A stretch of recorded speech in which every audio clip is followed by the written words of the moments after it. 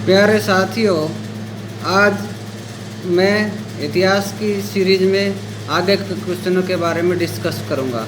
आज मैं यहाँ 50 अति महत्वपूर्ण क्वेश्चनों के बारे में चर्चा करूंगा। पहला क्वेश्चन इतिहास से संबंधित कि विष्णु पुराण किससे संबंधित है। विष्णु पुराण किससे संबंधित है? विष्णु पुराण मौर्य साम्राज्य से संबंधित है। दूसरा क्वेश्चन आंध्र सातवाहन वंश से कौन सा पुराण संबंधित है?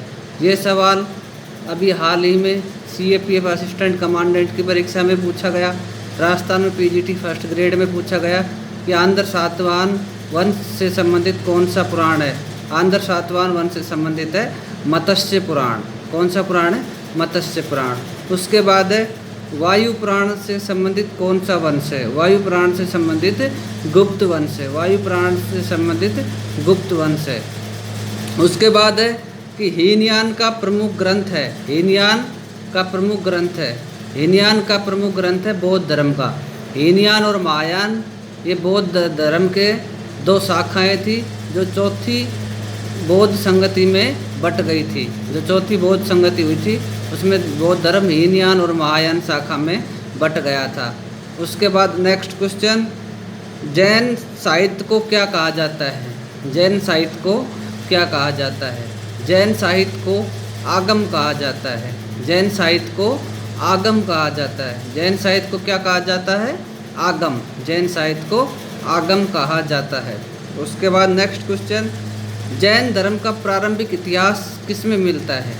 जैन धर्म का प्रारंभिक इतिहास कल्प सूत्र में मिलता है। जैन धर्म का प्रारंभिक इतिहास कल्प सूत्र में मिलता है। किस में मिलता है? कल्प सूत्र में। उसके बाद अर्थशास्त्र के लेखक कौन थे? अर्थशास्त्र के लेखक चाणक्य, कौटिल्य या विष्णुगुप्त थे। ये तीनों नाम चाणक्य ही हैं। और अर्थशास्त्र ये राजनीति विज्ञान से संबंधित एक पुस्तक है। उसके बाद नेक्स्ट क्वेश्चन, अरबों की सिंध विजय का वृत्तांत किस में सुरक्षित है?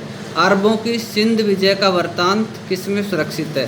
अरबों की सिंध विजय का वृत्तांत चचनामा ग्रंथ में संबंधित है। चचनामा, ये क्वेश्चन को आप वेरी इंपॉर्टेंट नोट कीजिए। अरबों का सिंध वृत्तांत चचनामा ग्रंथ में संबंधित है। उसके बाद है मेगस्थनीज किसका राजदूत था? मेगस्थनीज सेल्यूकस निकेटर का राजदूत था। मेगस्थनीज सेल्यूकस निकेटर का राजदूत था जो चंद्रगुप्त मौर्य के दरबार में आया और अपनी पुस्तक इंडिका में मौर्य समाज के सांस्कृतिक विषय में लिखा है। ये किसके दरबार में आया? चंद्रगुप्त मौर्य के दरबार में। और इसने कौन सी पुस्तक लिखी? इंडिका नामक पुस्तक इसने लिखी। डायमेकस, डायमेकस ये सीरियन नरेश अंतियोकस का राजदूत था जो बिंदुसार के राज दरबार में आया। टोलमी, टोलमी ने कौन सी पुस्तक लिखी? भारत का भूगोल। भारत का भूगोल। उसके बाद आता है पिलनी। पिलनी ने कौन सी पुस्तक लिखी? Natural history. कौन सी पुस्तक लिखी? Natural history. पिलनी ने कौन सी पुस्तक लिखी? Natural history. उसके बाद फाहियान, फाहियान आया था चंद्रगुप्त द्वितीय के समय में भारत आया। फाहियान चंद्रगुप्त द्वितीय के समय में भारत आया। फाहियान चंद्रगुप्त द्वितीय के समय में भारत आया। हेनसांग, हेनसुआंग हर्षवर्धन के काल में भारत आए। ये भारत आने वाले चीनी यात्री थे। उसके बाद अल बरूनी, यह महमूद गजनवी के साथ भारत में आया। अल बरूनी था जो महमूद गजनवी के साथ भारत में आया और उसने किताब उल हिंद नामक पुस्तक लिखी। महमूद गजनवी ने किताब उल हिंद किताब लिखी जो महमूद गजनवी के शासनकाल में भारत आया था। उसके बाद तारानाथ, यह एक तिब्बती लेखक था जिसने कयुंगर तथा तयुंगर नामक ग्रंथ की रचना की। तारानाथ एक तिब्बती लेखक था जिसने कयुंगर तथा तयुंगर नामक ग्रंथ की रचना की। ये पूछ सकते हैं कि तारानाथ कौन सा लेखक था, किस देश से संबंधित था? तो तिब्बत से संबंधित था। मार्को पोलो, यह 13वीं शताब्दी के अंत में पांड्य देश की यात्रा पर आया। इसका विवरण पांड्य इतिहास के लिए उपयोगी है। उसके बाद अपन देखेंगे सिंधु सभ्यता। सिंधु सभ्यता से पहले मैं कुछ क्वेश्चनों पर डिस्कस करना चाहूँगा। कि जो ये क्वेश्चन मैं बता रहा हूँ, ये क्वेश्चन डीएसएसबी के लिए अति महत्वपूर्ण है। इनमें से डायरेक्ट डीएसएसबी क्वेश्चन पूछती है। डीएसएसबी का पैटर्न अनएक्सपेक्टेड होता है। कभी वह प्राचीन इतिहास से संबंधित कुछ क्वेश्चन पूछती है, कभी मध्यकालीन से, कभी आधुनिक भारत से, कभी विश्व इतिहास से। तो प्राचीन भारत को आप अच्छे से तैयार कर लीजिए डीएसएसबी के परिप्रेक्ष्य में, क्योंकि इससे क्वेश्चन आने की प्रबल संभावना है। उसके बाद आती है सिंधु घाटी सभ्यता। सिंधु घाटी सभ्यता का अन्य नाम क्या है? सिंधु घाटी सभ्यता का अन्य नाम हड़प्पा सभ्यता है। इसका नाम हड़प्पा सभ्यता क्यों है? क्योंकि सबसे पहले सिंधु घाटी में हड़प्पा नामक स्थान की खोज हुई थी। हड़प्पा नामक स्थान की खोज किसने की थी? राय बहादुर दयाराम साहनी ने। हड़प्पा नामक स्थान की खोज किसने की थी? राय बहादुर दयाराम साहनी ने। राय बहादुर दयाराम साहनी ने। उसके बाद जो हड़प्पा सभ्यता है या सिंधु घाटी सभ्यता है, इसका जो क्षेत्रफल है, जो कहाँ से कहाँ तक ये फैली हुई उत्तर दक्षिण में स्थान है, तो ये सर्वाधिक पश्चिम में इसका स्थान है सुत कांगोडोर बलूचिस्तान में, पूर्व में आलिमगीरपुर जिला मेरठ उत्तर प्रदेश में, उत्तर में है मांदा जम्मू कश्मीर में, तथा दक्षिण में दहीमदाबाद जिला अहमदनगर महाराष्ट्र में है। लोथल एवं सुत कोटड़ा सिंधु घाटी के दो प्रमुख बंदरगाह थे। जुते हुए खेत नक्काशीदार ईंटों का प्रयोग का साक्ष्य कालीबंगा से प्राप्त हुआ है। जुते हुए खेत और नक्काशीदार ईंटों का प्रयोग सर्वप्रथम सिंधु घाटी सभ्यता में कालीबंगा से प्राप्त हुआ है। कालीबंगा राजस्थान में स्थित है, हनुमानगढ़ जिले में। उसके बाद जो सिंधु घाटी सभ्यता थी, उसको मेसोपोटामिया के अभिलेखों में क्या कहा जाता है? मेलुहा शब्द का प्रयोग किया गया। उसके लिए मेलुहा, कौन सा शब्द? मेलुहा। मेलुहा शब्द का प्रयोग किया गया है सिंधु घाटी के लिए।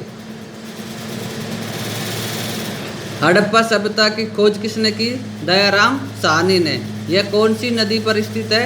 यह रावी नदी पर स्थित है, पाकिस्तान के मोंटी गोमरी जिले में स्थित है। उसके बाद है मोहनजोदड़ो स्थान। मोहनजोदड़ो स्थान कौन सी नदी पर है? सिंधु नदी पर। इसकी उत्खननकर्ता कौन थे? राखलदास बनर्जी। 1922 में पाकिस्तान के सिंध प्रांत के लरकाना जिले में स्थित है। मोहनजोदड़ो की खोज राखलदास बनर्जी ने की। यह पाकिस्तान के सिंध प्रांत के लरकाना जिले में स्थित है। उसके बाद है चूंदड़ो। चूंदड़ो पाकिस्तान में स्थित है, सिंधु नदी पर।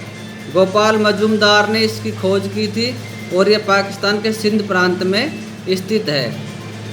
उसके बाद है कोट डीजी।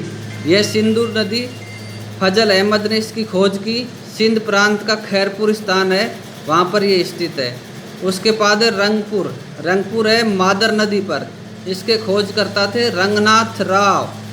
1953-54 में गुजरात का काठियावाड़ जिले में ये स्थित है।